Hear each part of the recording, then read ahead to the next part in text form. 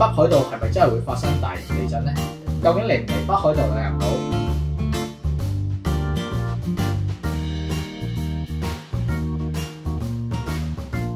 ？Welcome to 北海道，多謝收睇我哋湯圓爸爸的日本記錄。Hello， 大家好啊，我係湯圓爸。咁大家見到湯圓爸坐定定喺度，可能都會估到啊，今日湯圓爸又有啲小知識想同大家分享一下嘅。咁啊，最近啦呢2個月啦，就好多人問啊湯圓爸關於呢個日本嘅地震問題嘅。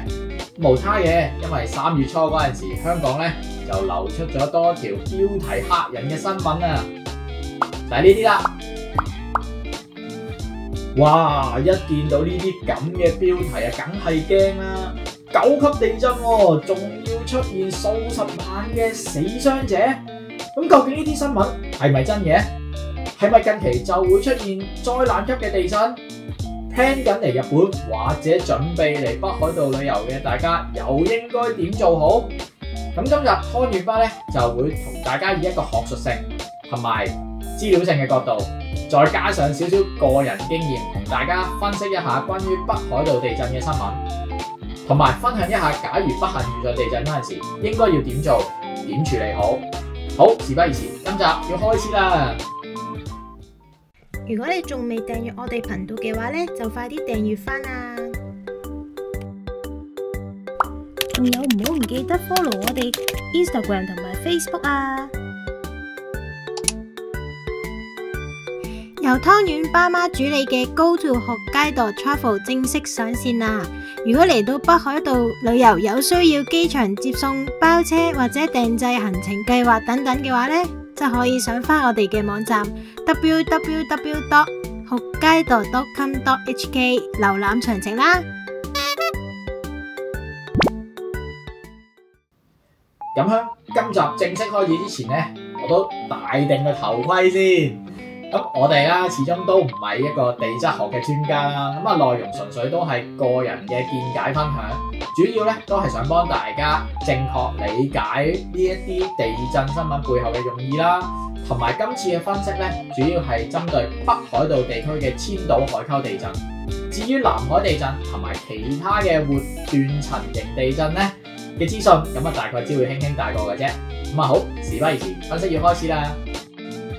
首先講翻喺香港3月初嘅新聞內容先啦。如果大家淨係睇到標題而冇睇到內容嘅話咧，咁的確都幾嚇人下噶。哇，大佬9級地震喎！尼克特制9級地震咧，即係相當於當年2011年咧3月11號所發生嘅311東日本大震災嘅同一級數嘅地震啊！當年311地震嘅破壞力同影響力就唔使同大家再講，都應該十分之清楚啦。如果係同一級嘅地震再次發生響自己嘅附近嘅話，哇！真係諗一諗都打個冷震啊！而事實上，當呢啲新聞出現嗰陣時，係咪就代表呢一個地震就會發生呢？咁我哋又首先講下點解會喺上個月出現呢啲新聞先。是由於2025年3月11號咧，就係啱啱我哋提過嘅311大地震嘅14週年啦。咁啊，其實到每年嘅3月11號前後左右啦，日本大小嘅媒體咧都會着重報導一啲地震嘅新聞嘅。無論係咪近期有發生過嘅地震都好啦，佢哋都會再次提起311或者其他地震嘅數據。咁啊，以警惕國民對地震嘅防災意識啦，同埋一啲對策嘅。而今年3月9號咧，就喺日本嘅 NHK 電視台播出咗一段關於北海道地震嘅預測影片。之後喺影片裏邊咧，我會稱呼呢一個地震咧就叫做千島海溝地震嘅。咁而香港、台灣嘅媒體啦，就以呢一段 NHK 嘅報導為背景，咁啊編寫大家喺上個月經常見到啲標題大同小異嘅9級地震來襲嘅報導啊。咁雖然中港台啦都瘋傳呢一單新聞同埋成為一眾熱話，咁但係其實喺日本咧呢一篇報導咧並未有喺日本國內廣傳嘅。咁而當中嘅理由啦，我就會喺以下嘅章節度解釋嘅。NHK 報導關於呢個千島海溝地震嘅預測咧，其實主要就來源自呢個日本嘅內閣府防災部門喺2022年3月22號所發表嘅日本海溝與千島海溝沿途嘅巨大地震對策報告書為依據所得出嚟嘅結論嚟嘅。呢一份報告書咧，喺發表之後已經超過咗3年嘅時間㗎啦，所以咧並唔係一啲新鮮熱辣嘅一手資料嚟嘅。咁而呢一份報告書究竟又講啲咩？有咩用？又有咩含義呢？我而家咧就會同大家逐一去説明一下嘅。接住落嚟，我哋要去理解咗點解會有呢一份對策報告書先。最簡單嘅答案當然就係因為會有機會發生地震啦。咁呢一個千島海溝嘅地震嘅發生機率咧，就為喺2022年1月1號起計，未來30年之內發生呢個尼克特制8.8級以上嘅機率咧，就係為7% 到40%。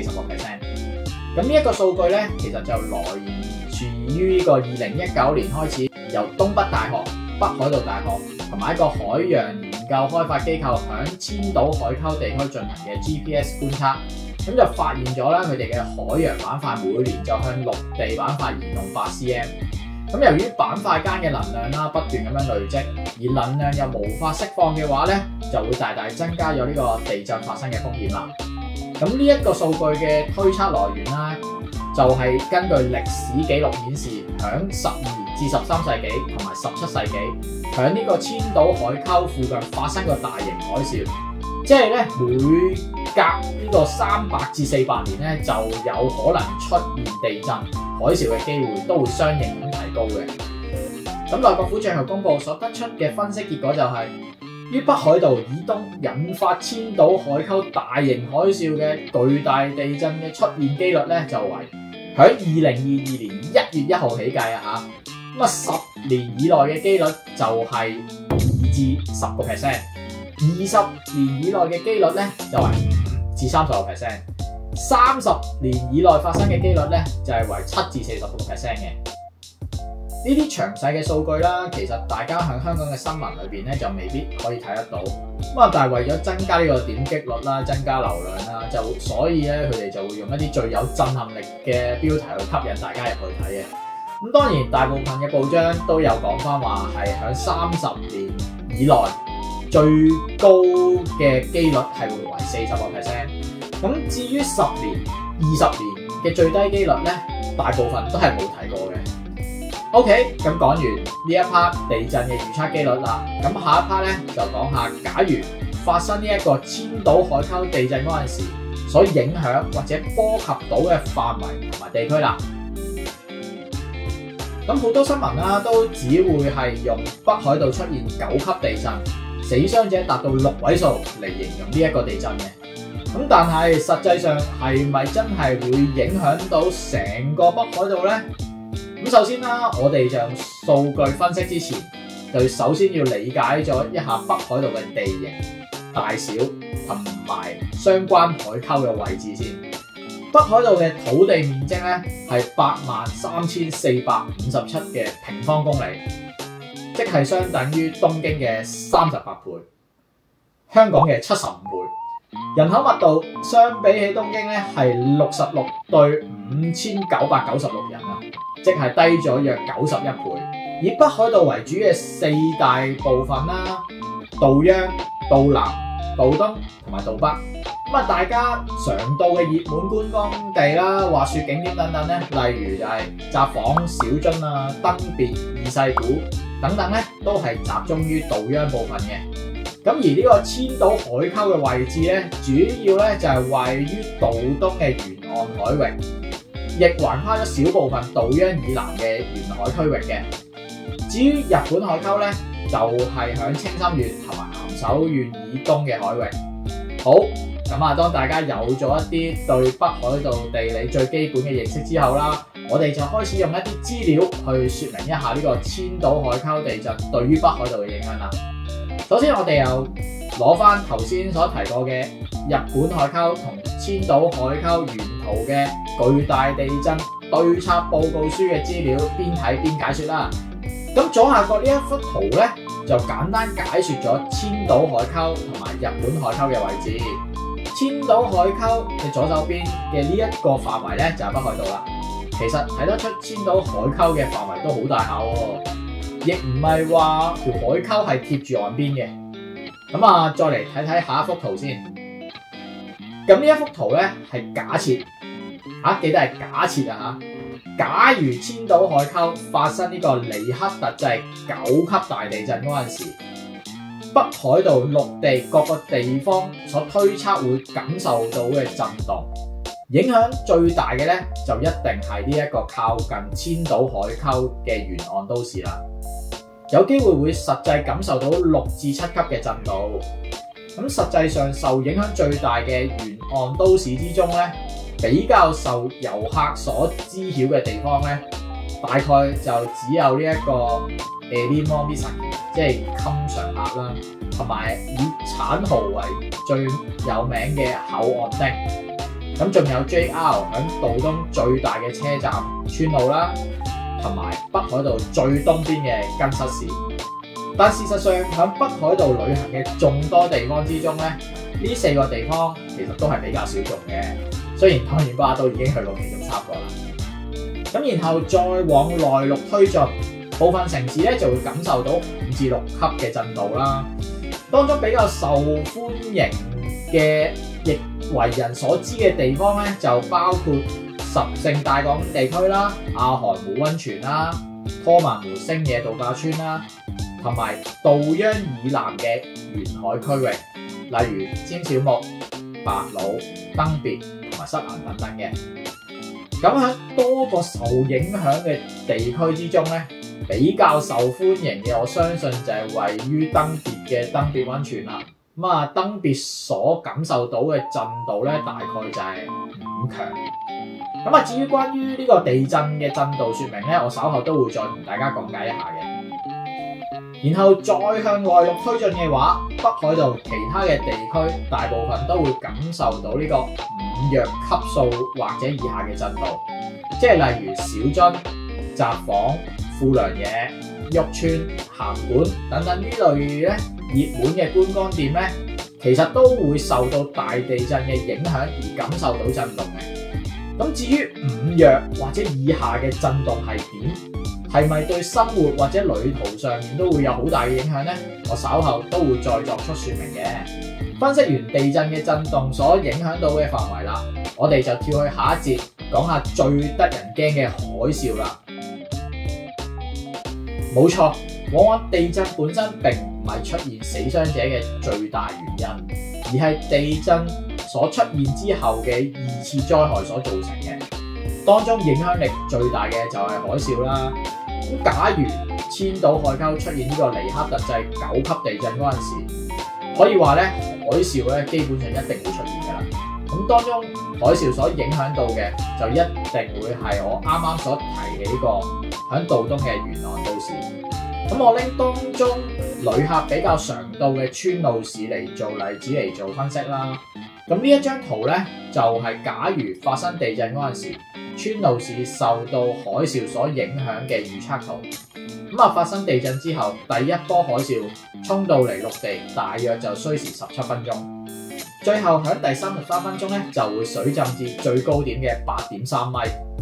8.3米即係哇，差唔多成4層樓咁高喎。換句話說，假如你喺地震發生之後30分鐘後咧，仲留喺沿岸嘅紅色地區嘅話咧，就可以話係超級高危㗎啦。咁喺平地或者海邊嘅話咧，就真係神仙都難救啊！咁不斷向內陸移動嘅話咧，浸水嘅範圍亦會因此而減輕嘅。咁啊，所以基本上，假如發生地震嗰陣時，大家又係響沿海城市嘅話咧，因應震度、海嘯嘅警告啦，同埋地形等等，記得去翻內陸或者標高較高嘅地方咧去避難，就係首要嘅求生之道啊！其他北海道以東多個沿岸嘅城市，其實都會受到大大小小嘅影響嘅。咁啊，就係因為頭先講過啦，其實好多都唔係旅遊區嚟嘅，咁啊，所以就唔再多作說明啦。咁而頭先講過，好似札幌、富良野等地啦，因為都係內陸都市，距離受影響最大嘅沿岸都市最近嗰個都有150公里以上嘅直線距離。咁所以海嘯基本上咧就唔會影響得到札幌、千歲等等嘅渡央中心嘅城市。而小樽咧雖然都係沿岸城市嚟嘅，但係佢係位於假定震央千島海溝嘅反方向嘅日本海。咁所以假如咧咁個地震係發生喺呢個千島海溝嘅話咧，基本上海嘯咧係影響唔到小樽市嘅。咁關於呢一個發生千島海溝地震嗰陣時所波及到嘅北海道地區就係咁多啦。咁我頭先亦都有講過啦，咁究竟震度就要點分呢？去到幾級要注意或者係危險呢？咁我哋咧就可以參考下呢一張日本氣象廳嘅小冊子。咁我哋一邊睇一邊解說啦。首先，震度1至2級嘅地震咧，好多人都未必會感受得到嘅。咁而震度3就要開始留意啦，因為會有常人基本上都會感受得到嘅明顯震動。4級開始就係一啲危險信號嘅開始啦。4級震動咧係會有非常之明顯嘅震動感嘅，會見到啲吊燈喺度搖得非常之厲害啦。咁一般人咧通常都仲可以企得穩。咁而去到5級弱嘅震度咧，大部分人咧都會出現一個恐怖感，就會想揾嘢扶住個身體嘅。咁屋裏邊一啲小型嘅物品啦，都有機會會跌到周圍都係噶啦。咁至於5級強開始咧，就係另外一個級數啦。咁我會將5級強同埋6級弱咧，就一齊說明啦。咁簡單啲講，就係震到你已經唔會企得穩。屋內嘅物品四散，防震較差嘅建築物咧就有機會出現大大小小程度嘅損毀。咁而5級強同埋6級弱嘅分別咧，好多人都會以一個左右搖動同埋上下搖動嚟做分界嘅。即係你個人咧感受到仲係喺度左右咁樣搖嘅話咧，都仲係5級。咁如果你個人係上下咁樣搖嘅話咧，即係好似個人浮咗喺半空咁樣咧，咁就已經係6級或者以上噶啦。咁去到6強或者7級咧，我自己都未體會過，咁所以都唔太識去形容俾大家聽。咁我估應該都會嚇到黐孖筋咁噶啦，個人咧搖嚟搖去，撞嚟撞去，咁可能冇咗意識啊，然後間屋有機會會冧啊，咁一句講晒就係超級危險啦，咁真係唔係太敢去想像嘅一個情況嚟嘅。咁當然呢一啲體感嘅説明啦，都只不過係用嚟參考嘅啫。咁亦唔係叫大家話去到幾級以下嘅地震就可以唔理啊，或者係無視嘅。咁當有地震發生嗰陣時，無論咩級數都好，都要因應呢個天時地利啦。咁同埋以人身嘅安全為首要目標去避難。咁特別係手機可以上到網嘅情況之下咧，假如發生地震嗰陣時，基本上都會即時收到一啲地震或者海嘯嘅警報嘅。咁假如收到警報嗰陣時咧，大家記住一定要冷靜去應對。咁千祈唔好留喺室內啦，盡量就根據翻當時嘅情況去一啲空曠嘅地方避難。因為日本咧，基本上各個地區咧都會有指定嘅避難場所嘅。例如係一啲比較空曠嘅市政公園啦，或者係各個大中小學嘅操場啦，市政府嘅建築物等等。咁相對咧，佢哋會比一般嘅建築物係較為耐震嘅。咁假如海外旅客喺日本遇上地震或者海嘯嘅話，又唔知去邊度避難嗰陣時，咁盡量咧就跟翻所在設施嘅職員嘅指示，或者其他日本人嘅避難嘅方向前進。千祈咧就唔好向住個反方向走。咁如果係揸緊車嘅話咧，就盡快停低架車響路邊，就唔好鎖車，直接就步行前往一個安全嘅避難地方啦。咁避難嗰陣時，又應該要拎住啲咩嘢跟身好咧？首先我分享一下自己嘅防災裝備先啦。咁基本上所有嘅嘢咧，都係響晒呢一個背囊裏邊噶啦。咁我哋睇睇裏邊有啲咩先。咁樽裝水就一定唔少得啦，仲有就係充機用嘅能量棒，細包，食用限期又夠長，就係佢嘅優點嚟嘅。手電筒呢一支咧比較大嘅，其實都好輕下，咁所以我覺得都 OK 嘅。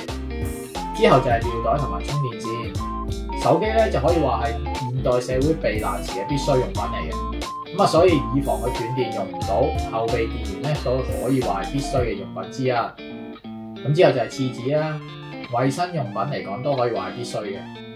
仲有就係消毒藥水，普通嘅常備藥，譬如一啲止痛啊、止屙藥啊、三角巾。咁呢啲舊又係咩嚟嘅咧？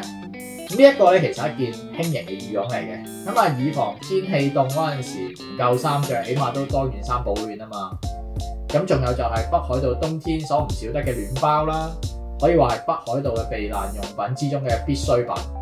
最後就係一對勞工手套，咁喺救援或者移動一啲大型物品嗰陣時都非常之有用㗎。咁我自己嘅咧就係咁多啦。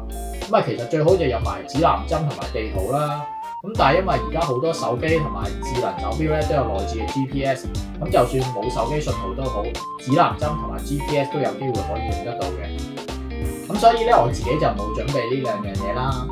但係如果身為遊客嘅話，又需要準備啲咩咧？咁我相信其實都係大同小異㗎啦。咁上面講嘅嘢，其實大家好多時出街都會準備定啦。